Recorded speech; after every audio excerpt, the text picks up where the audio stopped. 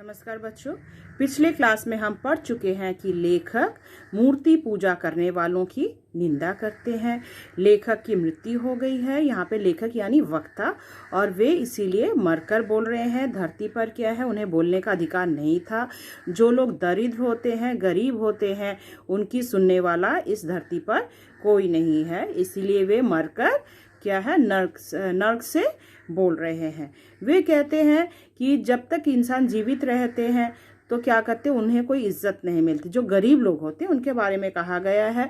तो यहाँ पर लेखक भी कहते हैं कि वे, लेखक यानी वक्ता, तो वे जब जीवित थे तो उन्हें कोई पूछने वाला नहीं था। पर जब लोग मर जाते हैं तो क्या है, उन्हें कंधा देने के लिए कितने लोग आ जाते हैं। लोग प्यासे मर जाते हैं, पर मरने के बाद उन्हें गंगा जल में स्नान करवाया जाता है।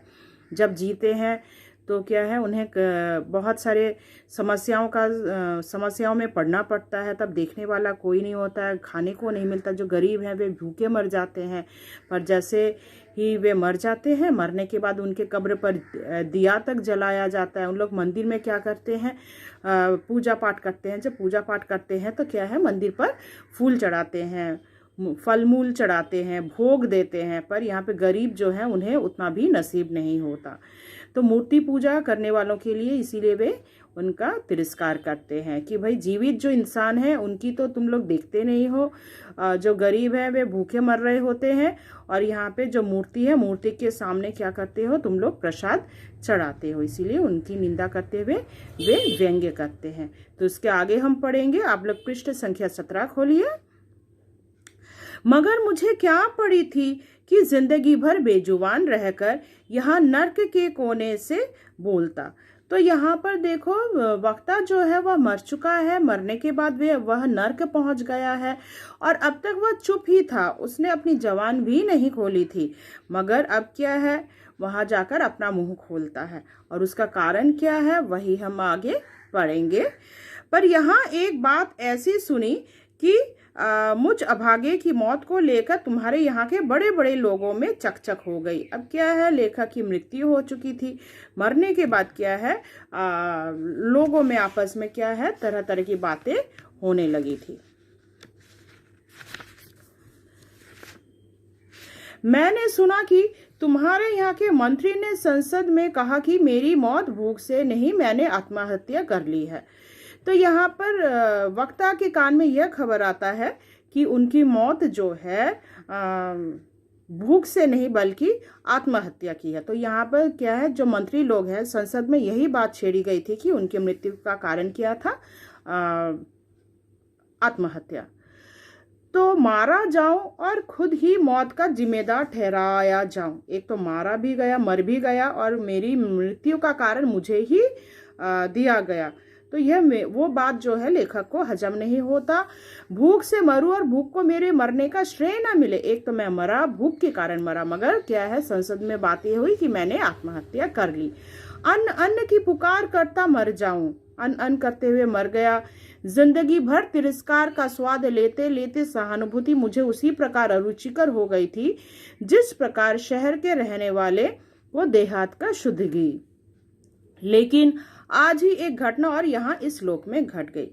तो क्या मरने के बाद लेखक कहाँ पहुंचते हैं, नर्क में पहुंचते हैं। वहां पर वे चुप थे, खुश थे, मगर जब यह बात उनके कानों में आती है कि उनकी मृत्यु का कारण आत्महत्या बताया गया है, भूख नहीं, तो ये बात उनसे सहन नहीं हुआ, और वे अपना मुंह खोलने का निर्णय लेते हैं।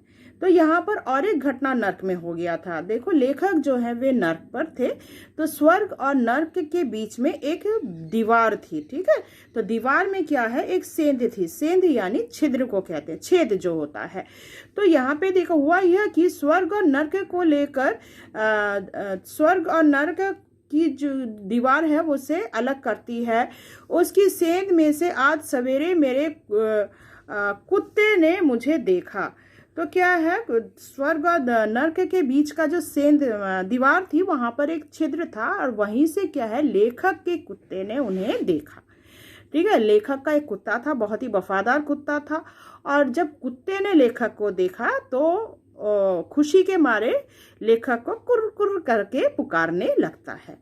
तो कुरकुर करके प्यार जताने लगा। और मेरे आश्चर्य और क्षोभ का ठिकाना न रहा कि यहाँ नर्क में और मेरा कुत्ता उसे और स्वर्ग में। तो जब उसने कुत्ते को देखा कि वह स्वर्ग में है और वह खुद नर्क में है, तो उसे बहुत आश्चर्य होता है। उसे खुशी है कि उसका कुत्ता जो है उसको स्वर्ग मिला है, पर वो ये सोचता है कि मेरा कुत्ता तो वो कुत्ता है, ठीक है, उसको स्वर्ग मिला और मैंने कभी चोरी नहीं की, डकैती नहीं की, कभी किसी के सामने हाथ नहीं फैलाया, फिर भी मुझे क्या है नर्क क्यों मिला। जबकि कुत्ता जो है कई बार तो भगवान का प्रसाद भी चोरी कर चुका है, इसके बावजूद क्या है उसको स्वर्ग मिला। तो यही बात उसको हजम नहीं हो रही थी, इसीलिए वह निर्णय करता है, वह सोचता है क्यों ना वह धरती पर तो कोई उसकी बातें नहीं सुनता था, तो यहाँ पे क्या है भगवान से वह पूछेगा, यहाँ पे जरूर भगवान जो है उनकी बात सुनेंगे। यही सोचकर उसके मन में यह प्रश्न उठता है। यह कुत्ता मेरा बड़ा प्यारा कुत्ता है, युधिष्ठिर के कुत्ते से अधिक। तो उसका जो कुत्ता है वो काफी वफादार है, उसे बहुत प्रिय है। युधिष्ठिर का कुत्ता जो है, कहा जाता है युधिष्ठिर का कुत्ता काफी वफादार था, अंत तक उसका साथ निभाया था। तो उसी प्रकार इसका भी जो कुत्ता है, मतलब वक्ता का जो कुत्ता है जो नर्क में है, वह मरकर बोल रहा है, उसका कुत्ता भी काफी वफादार था। जब से मेरी स्त्री एक धनी के साथ भाग गई थी, तब से यह कुत्ता मेरा संगी रहा, ऐसा कि मरा भी साथी। तो यहाँ पे देखो वक्ता जो है उसकी स्त्री जो है वह भी क्या है एक धनी सेठ के साथ भाग गई थी।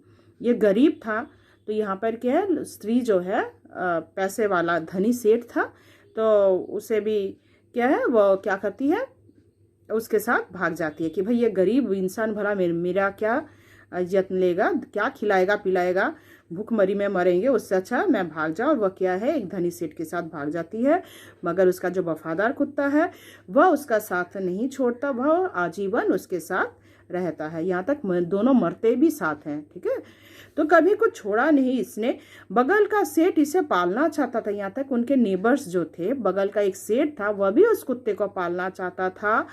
सेठानी तो इसे बेहद प्यार करती थी, और जो सेठानी है वह भी काफी प्यार करती थी, पर वह मुझे छोड़कर गया नहीं, लुभाया नहीं, मगर फिर भी क्या है वह छोड़कर जाता नहीं है। सो मुझे सुख ही हुआ कि वह स्वर्ग में और आनंद से है। तो इसीलिए लेखक को इस बात की खुशी है कि कम से कम कुत्ता जो है वह स्वर्ग में है, हाँ आनंद से है, क्योंकि मेरा कुत्ता बहुत ही प्यारा है, बहुत ही वफादार है, बहुत अच्छा है, अंत तक मेरा साथ निभाया, जहाँ उसकी पत्नी तक ने साथ नहीं निभाया था, तो यहाँ पर क्या है कुत्ते ने साथ निभाया। इसीलिए उसे बहुत खुशी है कि उसके कुत्ते को क्या है स्वर्ग मिला है। पर अपने प्रति किए गए अन्याय को तो भुलाया नहीं जा सकता, पर उसे जो नर्क मिला यह बात उसको उससे भूला नहीं जा रहा था। वह कहता है आखिर मेरे को नर्क क्यों मिला।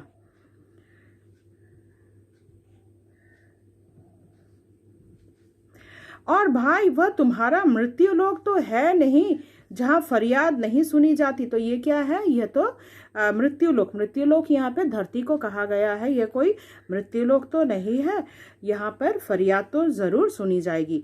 तो यहाँ पर इसीलिए वो क्या है भगवान के समक्ष अपने फरियाद वह सुनाते हैं। और फरियाद को ही दंड दिया जाता है। जहां लाल फीते के कारण आप लगने के साल भर बाद बुझाने का ऑर्डर आता है। धरती में क्या है जो भी फैसला हो, मतलब जो भी हो उसके साल भर बाद क्या है तुम्हें उसका फैसला सुनने को मिलता है। केस चलता रहता है तो चलता ही रहता है, उसका फैसला सुनते सुनते सालों बीत जाता है। यहाँ तो फरियाद तुरंत सुनी जाती है, पर यहाँ भगवान के दरबार में क्या है फरियाद तो तुरंत ही सुनी जाती है।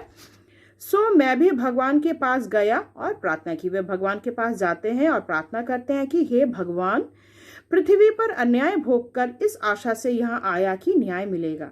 तो मैं आपके पास इसीलिए आया कि मुझे न्याय मिलेगा। पृथ्वी में तो मुझे न्याय नहीं मिला, पर यह क्या कि मेरा कुत्ता तो स्वर्ग में और मैं नर्क में। तो क्या है मेरा कुत्ता जो है स्वर्ग में है और मैं नर्क में हूँ। जीवन भर कोई काम नहीं किया, मैंने कोई बुरा काम नहीं किया। जिंदगी भर भूख से मर गया पर चोरी नहीं की। मैं भूख के कारण मैं व्याकुल हो गया था, फिर भी मैंने चोरी नहीं की। किसी के आगे मैंने हाथ तक नहीं फैलाया और कुत्ता जैसा कुत्ता होता है, कुत्ता क्या करता है, इधर उधर मुंह लगाता है, सबके घर घर घूमता है खाने के लिए, तो वैसा ही तो वह कुत्ता ही है। कई बार आपका भोग खाते पीटा है यह, तो कुत्ता जो है कई बार क्या है अपना आपके यहाँ भोग खाते हुए भी पिट गया है और इसे आपने स्वर्ग में रख दिया, और इसके बावजूद क्या है आपने इस कुत्ते को स्वर्ग में रख दिया। और भगवान ने एक बड़ी बही देकर कहा कि इसमें लिखा है कि तुमने आत्महत्या की। तो ये बात सुनकर क्या है भगवान क्या करते हैं, एक खाता खोलते हैं, खाता खोलकर देखते हैं और कहते हैं कि किताब में तो यही लिखा है कि तुमने आत्महत्या की है। सॉरी, बही खाता में जो है, कॉपी में जो है खोलकर देखते हैं और कहते हैं तुमने आत्महत्या की है, इसीलिए तुम्हें नर्क मिला है। मैंने कहा कि नहीं महाराज, मैं भूख से मरा। तो वे प्रतिवाद करते हैं और कहते हैं कि महाराज मेरी मृत्यु आत्महत्या से नहीं बल्कि भूख के कारण हुई है, मैंने आत्महत्या नहीं की। वे सीधा कहते हैं कि मैंने आत्महत्या नहीं की, पर वे बोले नहीं तुम झूठ बोलते। पर भगवान बोलते हैं नहीं तुम झूठ बोलते, तुमने आत्महत्या की है, क्योंकि बही खाता में यही लिखा हुआ कि तुमने आत्महत्या की। तुम्हारे देश के अन्न मंत्री ने लिखा है, तो अन्न मंत्री जो है उन्होंने ही लिखा है कि तुम्हारी मृत्यु का कारण क्या है, आत्महत्या। तुम्हारे शरीर के पोस्टमार्टम से यह बात सिद्ध हुई। तो क्या है, तुम्हारा शरीर का जो है पोस्टमार्टम हुआ है और पोस्टमार्टम रिपोर्ट के अनुसार पता चलता है कि तुमने आत्महत्या की है। और भगवान आसमान से गिरते गिरते बचे। तो ये सुनते ही भगवान आसमान से गिरते गिरते बचे। जब मैंने कहा, जब लेखक यह कहते हैं कि यह रिपोर्ट झूठ है, जैसा ही वक्ता यह कहता है कि यह रिपोर्ट झूठ है, भगवान मानो अपने आसन से गिरते गिरते बचे। मेरा पोस्टमार्टम हुआ ही नहीं। लेखक क्या कहते हैं, मेरा तो पोस्टमार्टम हुआ ही नहीं, तो फिर ये पोस्टमार्टम का रिपोर्ट कैसा? अरे मैं तो जला दिया गया था, मेरे मरने के बाद मुझे तो जला दिया गया था। इसके 10 दिन बाद संसद में प्रश्नोत्तर हुए। मेरे मरने के 10 दिन बाद क्या है, संसद में प्रश्नोत्तर हुआ था। तो क्या मेरी राख का पोस्टमार्टम हुआ? तो लेखक कहते तो फिर क्या मेरा राख का पोस्टमार्टम हुआ? और तब मैंने उन्हें पूरा हाल सुनाया, कहा कि क्या फिर मेरे राख का पोस्टमार्टम हुआ? मेरे मरने के बाद क्या है, मुझे जला दिया गया था, फिर पोस्टमार्टम किस चीज का? तो क्या मेरे राख का पोस्टमार्टम हुआ? 10 दिन बाद क्या है, संसद में बातें हुई थी और 10 दिन बाद मेरे राख का पोस्टमार्टम हुआ था।